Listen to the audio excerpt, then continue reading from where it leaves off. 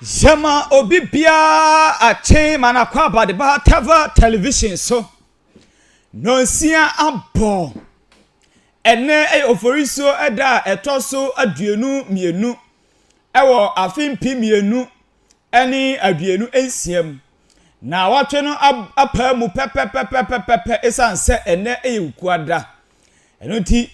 ebre aso se ensema yaboabo no ni nyina no yede ba besom Tevah ahefo ene Tevah atiefo se anapa nonsia Akaseabo na Akaseabo yi etwa no frede ese aboa tefra wada ya ewo Tevah television so a ubenya bi ahwe ewo Facebook Tevah media, TikTok Tevah media official ana afin so no YouTube so Tevah media mesra se unya Akaseabo bi na wo hwe na utia share na afoforo so enya bi hwe na uwie so a waja o comment de ato ase kama na wa like na agro no asi na ye fe kama na Akaseabo yi ensema etwagu na edimu akoti no bi ene se okopiemu awo mankasim biafia kroma ene rastafarian phobia wo ho e de ensem bi atudwa afa wi ene entampe ho de ensem enom de atudwa ebebo mu enchiremu sa enso ana ewo ensem fufuro mu no empanimfo a eda energy committee na no enso ade ensem bi atudwa afa cylinder manufacturing company ne so no ensem be ya ebebo mu enchiremu ensem wei ene afufuro bi a edihwe na editie ena mede ba besom ene anapa yi se Tevah Anopa Akaseabo na Akaseabo yi enjumaku asa asana me de Akaseabo ebra no Ark City Prayer Camp achim anyinasin Old Tafo Junction apoye mantemu eho ena we Ark City Prayer Camp akira kwan a obehu on Ark City Prayer Camp se brai na ebebo mpae ohaw adwendwe dadwene amane ekodanda bi eda oso no fewani echiremo Ark City Prayer Camp akache na ekoje empaebo ose ofre bi da oso na opese daache ubedi sofo enye wadra matramakwe na emomu no sofo po ampa obi e wosi wedie oyanyame sofo kan eno de foni echiremo Ark City Prayer Camp na eko na awrade adifo na awrade asofo e wo ho no omo ema entete na etumi efa ebedi osofo no buso man lampenifo ende oso 0247701364 and afin 0249171187 afin so no Ark Media Institute enso ebutu enkraka so akwantempo ne so West Hill Small ati ope babe on fro say red top no eho na obehu sa adwuma koi sukuu pon atese awie bi ma be pie mu oman mu atese ema enkrofo entete efa ensenchwe adwuma ho eno ntinu ade bi a pese ote na usua fa ensenchwe adwuma ho no fa wani echiremu ewo Ark Media Institute na ekoje etete pusu ahuma na empenifo eje so 0200491565 and after 0543480299 ne kra Klaban essential soup samana ngwa so achese abepie mu omama bo adwuma esene konkoma ni aso enu ntinu se opesa samana bi ebema awede na toso na owede aye na ha tubrum fe dia ene for ni echiremu na ekope Klaban essential soap ibi nefa adware ne bema ho atoso opesa samana bi atu aton na wanya infaso twitwi dia enu ane Klaban essential soap puso amana empenifo angel so 0209524262 0209524262 ejuma kwe na aso masene na ene maje pene kwa de kwantenkro na mabeken kan anapa nonsia Akaseabo edi amount me amaje pene beken kan Akaseabo edi amount no edi ameje so Steven Boache danso ofra body sheba eska onye mfumso bi ameje so na mape alewa bi amade atuwanum afa gibrey na minsinsan Akaseabo no ese akokonam eda apampan so efama ho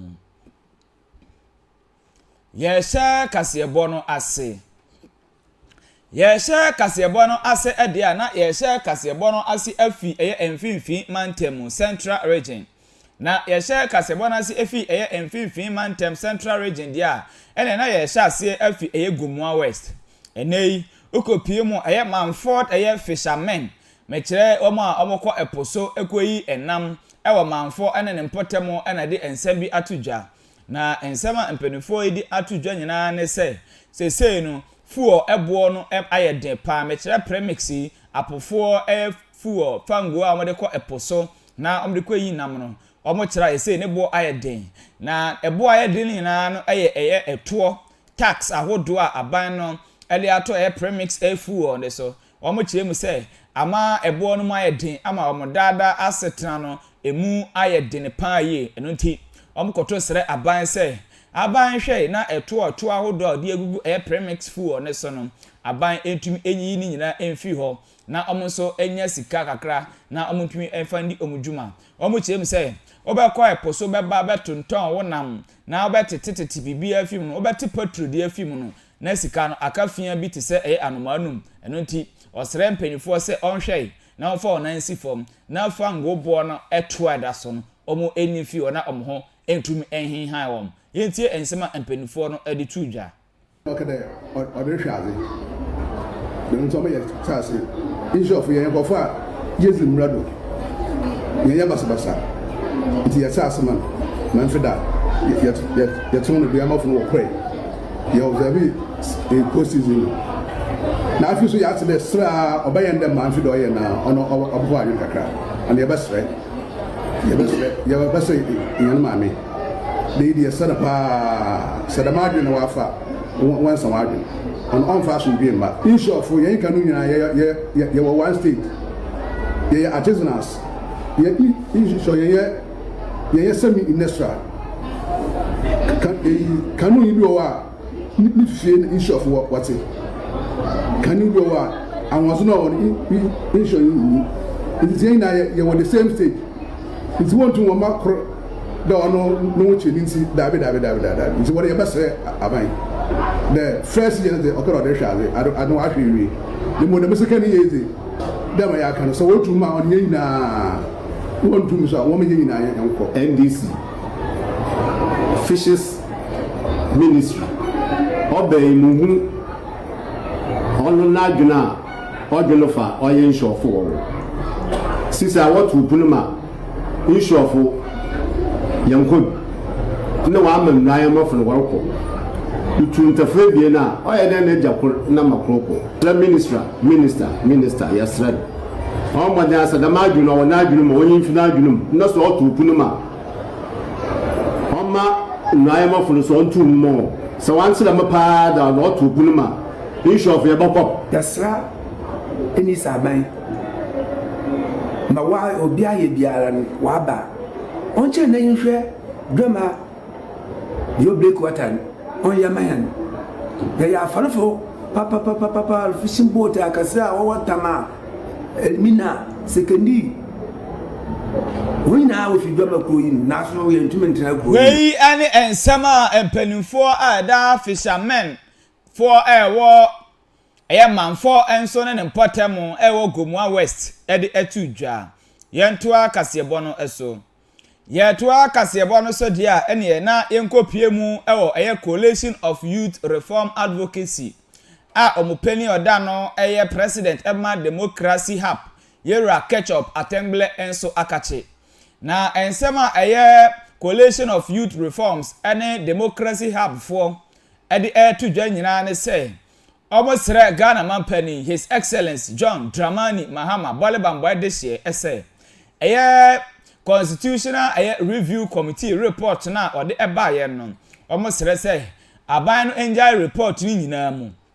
na omfa report ni nyina metu edwaso na Ghana for enya bi enkenkan na omuhu ensema na ewo report nim na adwumakoe na se nkrofuko ekire mu say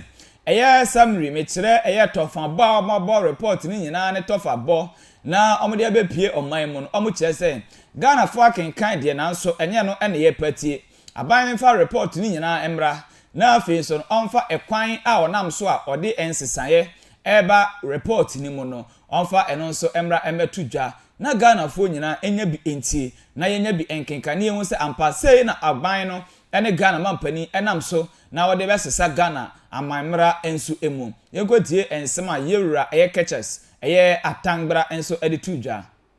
following specific demands before His Excellency the President. First, we demand that the government publishes the full unabridged report of the Constitutional Review Committee without reduction and without further delay, as indicated earlier, because of the cycle, the political cycle. Secondly, we demand that there is established within 1 week of this statement a multi-stakeholder constitutional reform implementation committee with a defined mandate, clear timelines, regional representation, and public accountability mechanisms. The composition of that committee must include structured youth participation at the decision-making level. Youth inclusion must be substantive, not wey any ensema obodi atu edwa efa say omampani ehwe na report no full report onfa emra bonten na nya de omabo ne tofa eno na omope yento Akaseabo no eso yeto Akaseabo no so dia enei ekuro bi a ye from say e free us from searches a ewo mankasim omo ekyeremu a omo ye Rastafarian ana Rastafo okuro mu ibi na omo de ensem atudwa na ensem a omo de atudwa nyina ne kyeremu say aban enhwei na omo ho kwan na yen entampe marijuana de obroni frɛ no nwi ibi aban engine tum no mo legalize no na omo tumi endua na omo tumi enton ewo oman wona nkrofo enya bi enhyehye na de odi nsem nyina atudwa no Rastafarian group o man kasim omo president ani din edija edibongo ono ene de ensem we nyina atudwa ene wo chem se aban no enhwe na wonja esese obi ekohye entampe na obi ekotwetwimbia na omohwehwe omo na omape omache omo no ose basa ne de a emwa eno ntinu Ghana ban ne mpanifo enhwe no momfa emra kitibi emfa emeto wa betumi aboa momodi etumi adua sa entampe no eno na wo kyeremu se enche bia na aban ne de betudwa se ebi ho betumi adua eno no de odi omode be enduro ni bi na emumu no sa ekuo kyeremu se aban ne hwe na omode na omotwetwe no aban ne hwe na omutumi enduadua bi na okyeremu se eno emfasodie bebre ena afei so no ede sika twitwiridie ebeba oman mu yenkoni nkwetie nsem a president no enso editu edwa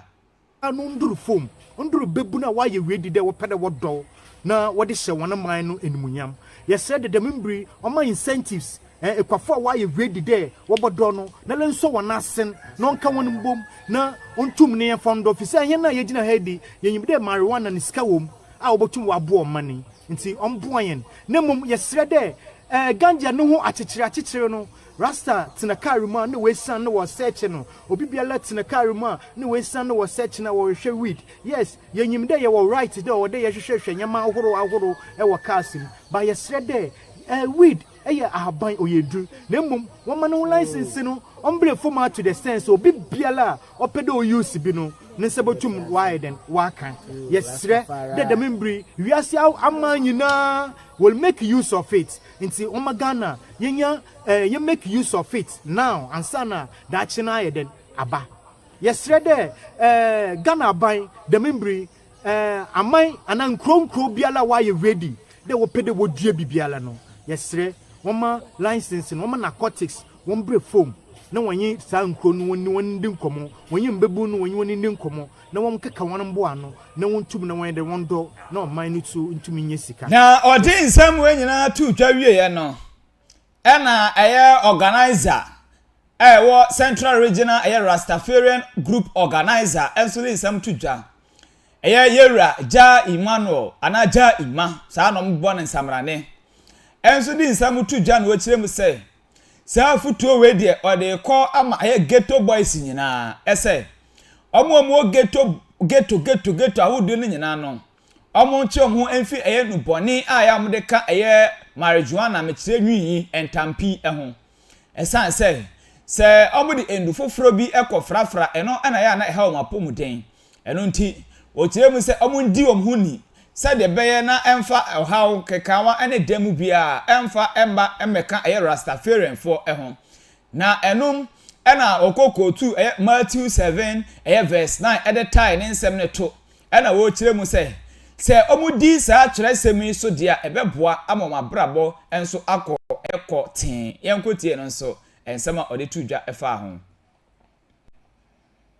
oye hene maamefo ne hene papafo ne hene fefo hene ayankofo a yen ho wa wode ohye bi woda to wi de wi bodam yem bi se ye ho de ose munyi pampo munyim ne ayama momba na momba bi se mo abodo wa mommo no obo na kanto bi se mo na mamo no wo ni yankopon obo ade obodam na yem bi se won you might you know kan 7 verse 9 nti oyade a dem ohye na woda to don na amma sisi ohye aban na dream de se ogitumi mpo a even amount for ba abuse no nti ye bese ye nuanom no so de wonnom oye nyama te se bi atramo cocaine D10 na nyama na ade na wode frewi no ehon na yetu no fo de won hwe ne won twe won ho mfi da nyama no mu da nyama no opposition won some ways bi ankofo wodwen de wi ni mpo na waye won dam esu nyanya wi ni mbom no boost energy no otuma ma ye adwuma otuma ma wankasa ye netin na obeba nde yede nyama bi yeda afra no bohu nde obia ne butan nde wi bodam se botue nuanom ne fo saban ne po bagya atuma one perception a ewo fie nyina ne de wi no wagituma nuanom oba abuse no oba en basa nti yetu no fo de wonyi da nyama ne mfi geto no mu da nyama na o ma nkofo bebre na wakasete de wi bodam wi today nanka yehu wi ne nmonyam no se wi no nkwa na woton geto no mu woda ma youth na anu ye wohu aban ne bohu de we no amanfo da isi a wasesa yembebu no because eko oye ko bebre ti say Netherlands na ehu de hon wi ni njentum no wa mama asesa man ne tibia amma tibia ni na wa kama because oba mbebu na pedwuma mbebu no ejidam ohye honhom bi a wo hondo na bi oho ma abono na ma no osuro de obi ba hya na obi bototunu kotokum obi ba che no ehu nti wa manyem bebre ho ma yentum ya ezebeti ehu nti yesra ban no da ban no bagya atuma woma kwan ne rases no yentum yen cheche mbebu no woma no wonso yen ase ne yen cheche wonhom bisabisa etie yen panfo na ononso de nsam no atu dwawie ye no ana afi no ekuoma ne bi enso ede omo nsam ebetu edwa na ekuoma no enso ensam omde tu dwa kirem se omo nyina ekoto asre aban ekirem se aban enhwe na onji entum na afi so no se de obi ekwashi bi na obi kitabia na omo che atum no ombesre aban se aban hwe na etuo nyina entwa okirem se aban no agituma ebeboa ama emabunu anya adwuma ye ena afi so edisika enso ebeba eye oman ni mu na wo kirem se even se obi kita eye 1 kilo eye wi 1 kilo a sika obetimi anya fi mu no eye 6500 Ghana cedis afi eye 1 kilo penim enu nti aban hwe ebeboa ama economy no abustu ena ebeboa ama emabunu nso anya adwuma aye yenkotie ekuoma ni nso abi ensem omde tu edwa fise marijuana 1 kilo edua papa na nkasa 1 kilo almost 6,000 60 million 1 kilo nti ehwe marijuana 1 kilo ehwe Ghana yibotum wa dege asase no wa se no na wenyi sika wo mana no dubotwa nti yesre John Dramani Mahama de onhwe ne mfe on legalize marijuana no free dem South Africa we legalize marijuana eko Canada we legalize marijuana free ani supuna wa oye dro watu wa baby banchi de bibi adoye kwa nti habano marijuana no yeduma ganja pinjare free ne de yeduma me ma no ntumpu edem no bi mu baba for man otu wosan last man na kotina wa search ne we janka funi na oho last man obendena ye united na kalem yotum isan wumia na search no abla wumia so the same car no mu oya tete o hwa bade o hwa marijuana esu ya haban ya yakopon no boy o de ma nipa de sani in especially Rasta man,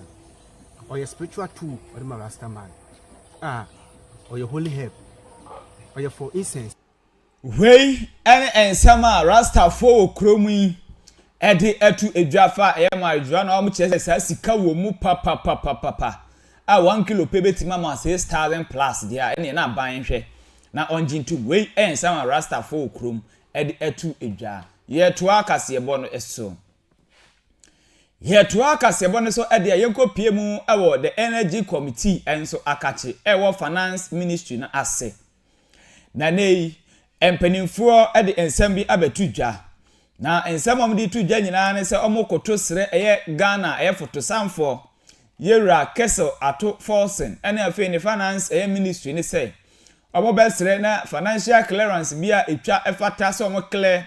na Ghana eye cylinder manufacturing company no ensa beka na afi omdi adi omudwuma no omoma omonsa enka na omuchirem se sika wo se eye adwuma kuei edidi ni dwuma no sika no ache yie papa ti ama eye omdwumadie no twentwen ne na asiyie pa de odi nsem we nyina etu dwa no eye chairman a oda omano na afi nso ono anso na emra hye bedwani a owo ho west abato empeso anso yewura eye Emmanuel Bedra na odi sa nsem we nyina etu dwa na wo kyerem se aban enhwe esan se adwumakuo ne de o ma adwene se adwuma no 24/7 omo be adwuma na enso sikasem ene ho enso ayeden enuti aban enhwe no omo release sika enfamom yenkotie ensema yewura Bedra de tuja as certificate authorization or financial clearance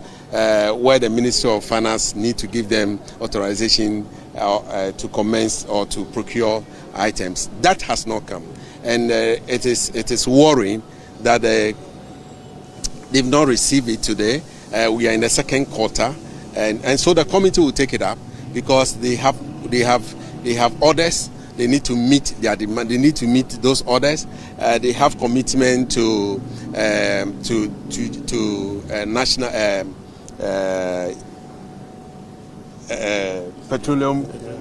You know, they have commitment, and that commitment has also not been fulfilled. And so we are appealing. I want to use this medium to appeal to the Minister for Finance to release their commitment authorization for them to work, because look, this is a self-income generating institution. You don't need to depend on any finances from anywhere. If we retool them and give them that certificate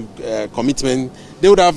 bought their materials, they would have gone ahead with the things that they need to do. So the committee is appealing, but we'll also be writing officially as a committee to the Minister of Finance to, expedite action on the commitment authorization. Wey ane nsama yewura Emmanuel Bedra ede etu edwa na odi nsam we nyina etu edwa wiye no ena managing director edema Ghana Cylinder Manufacturing Company Limited GCMC enso ede nsam etu edwa yewura Abdul Rahman Mankel enso ede tu edwa na ensama odi tu edwa nyina kiremu sei ose obepie mu a omde tu dwa se wo a o cylinder bi ofra maja tuwa ibi dada na fabra na omon sakrani na omon dane dianani na omon ye ne foforo emfama ho na numro chem se Ghana fo na edi dodo na bae na nso dodo na omde bae no ohamu abupen aduasa de chese oye ne hwea enye ezan se asai kra enunti okoto esre National Petroleum Authority for say omon hwe na nationwide rollout no omunye bi na afenso emfa emfasode emfa mbre Ghana ha nyina yenko tie ensema enso ode etu edwa. I mean, it has helped in bringing out cylinders that are not good from people's home to us for refurbishment, and we continue to encourage full participation, and also we plead to them if they are able to expand it to other regions. Currently it is being run in Accra, Kumasi and Tema, and so if it is expanded to other regions, I mean, it is going to help a lot, especially in terms of keeping our cylinder safe. Very soon we are going to partner with NPA to do full-scale public education on the cylinder recirculation model. Because one thing we've realized is that at some parts, even in Accra, some people don't even know about the CRM. And so when we do the full-scale public education, we are sure people are going to come on board. And there is also something very critical we need to talk about. See, when you look at the cylinders that come here for the refurbishment, they usually come in batches. Sometimes they come and about 30% of them that come are not good and they are not safe to go back into the market. And so if not because of the cylinder recirculation model, we will still have those cylinders sitting in people's homes,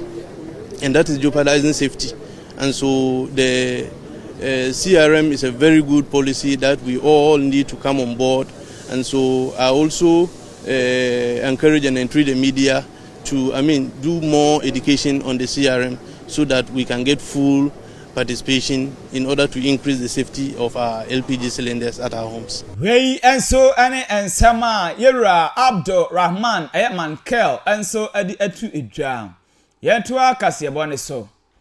Yento Akaseabo ne so adi ayekwa akopie mu Ghana mrahye bedwafie. Na ekokopie mu Ghana meja mrahye bedwafie a edom kuma no emu nkrofo edi ensem atudwa. Na ensem a omdi etudwa nyina kirem sei eye empanimfo a ewo aban mu ena wode kokobo maom efa eye office of a special prosecutor enso ho na de wade nsem we nyina tudwa eye deputy ranking member on the constitutional and legal affairs committee Yera eye Alhassan eye Tampuri ena de ensem tu ensentwefo nim ena o chem say ensem a betodwa na eye appeals court ede atudwa na o chem say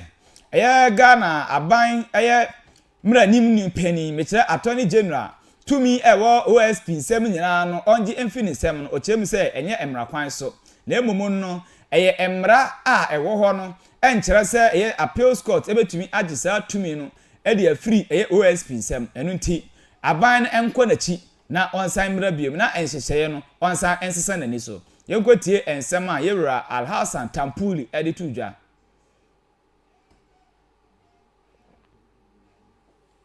On the constitutional propriety of the ruling itself, the minority stands firm. Article 1301 of the 1992 Constitution vests exclusive original jurisdiction in the Supreme Court in all matters relating to the enforcement or interpretation of the Constitution. A high court cannot, through any procedural vehicle, quo warranto or otherwise, effectively nullify the provisions of an act of parliament on constitutional grounds. This would amount to judicial rascality if this were to persist.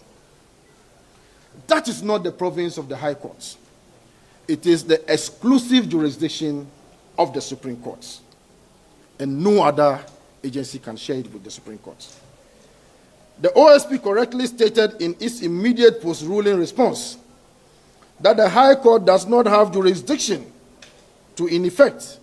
strike down parts of an act of parliament as unconstitutional, and that it is only the Supreme Court which can do so. As far as we are concerned, Act 959 remains valid, in force, and unrepealed. The Supreme Court has not spoken. Until it does, Act 959 is the law of the land. The OSP's mandate subsists. No. Wey any ensama Yera Alhassan Tampuri ede etu eja. Yenko wie Kaseabo no ewo enkrofo aman so. Yentu fa na yentwa bosompo na yenko piemu ewo South Africa SA. Na yeko ekopiemu ewo South Africa enei Ghana ni bi ehun akodi ensem ene ensenseme. Ni nyina ne South Africa empanimfo ene emu enkrofo ekohia Ghana ni abrante bi. Ena omu ne etoto ano na ensem a omde to abrante na nim nyina ne se omu South Africa fo no ahwe asiesi omkuro ama emu aye krabehwe. Na emomu no se abrante no be dane nani na wade akoni kurom Ghana na wakoka empanifo so amoma siesie kuro no da bi ena eba ne sai ena saa time no one nam South Africa ho batere na wo hwe se de anu yie ene ensensem omoka gu Ghana ni abrante ne so na ese emu eya na emu eya sefem eno no omoka ya kosi se no abibre mu aman ahoduro ni nyina no omo South Africa for my krado eso mo ma obia ema emepie mu South Africa ho biem esan se omo no oma bre ena omo asiesie omkuro eno nti se opese obeba South Africa wa entu na nsiwo siesie ukuro na nso ukuro mu enyefe na nso tiram na unya wasomdwe na nya South Africa no mbe siesie omkuro amemu ayefe ena wana aba abedi unkui ewo ho yankwa na yankoti anobabai ene ensema ekoso abra South Africa foi Asia Ghana ni na omu tutubi ema no yankoti ensema omletu edwa. We are fixing this continent. This thing of you guys moving from one country to the other, it's no longer working. We don't want this as African people anymore. We are tired of seeing African migrants moving all over the world, refusing to fix your own countries. Now we're making it very clear to you guys, Utitina, we don't want you here. We want you to fix your countries. Now you came here with a traveling document. You came with a passport. You know that you are a visitor, but now you decided to come and integrate in our communities. You know very well that what you have done is wrong. How many children do you have here? We can come to Ghana and do what you're doing. AP passport. Eh? Now you are carrying a bucket. It's 11 a.m. You were supposed to be fighting the government of Ghana there to ensure that they're getting things right. No, there's no fight in Ghana. You must fight what they do. Where's your papers? Passport. Passport. Where's the passport? Take it out. Baba. Let me see your passport. Let me see. Luna. Okay, tell me. Who's the police officer that you are bribing to certify these things for you? I'm blind. Baba, let me tell you. I'm not foolish. These things, let me tell you, you know by law you're not supposed to certify as an immigrant. You're not allowed to certify your passport. No. Okay, why do you certify your passport in a foreign land? Okay. Let's just start there. Why do you certify your passport in a foreign land? You see, it was raining. Hey, I follow you guys now on Facebook. How you? It was raining these days. And when you go out with the passport, sometimes it gets spoiled. That is why I satisfy it so that it won't spoil. Baba, Ghana don't do that. Okay. Ghana don't do that. All right, sharp. Ghana let me is show the you. only African country that is. Let me show you that when you are abusing our systems, on the 10th of April, again, the 10th of April, you entered your country when. The very same day you came back when yeah, it's a proof. Yeah. Proof. Yes, the proof. Let crocodile can't go. You went to Ghana on the 10th and then you came back. No, because here it says you exited Ghana to South Africa. When here it says you entered, here you exited. And it's the same date. It's the 10th of April, 10th of April. This stamp you got there in Elof Street on the street. This is where you got the stamp. Oh, they've got a connection here. No. I am telling you, that's where they buy it from.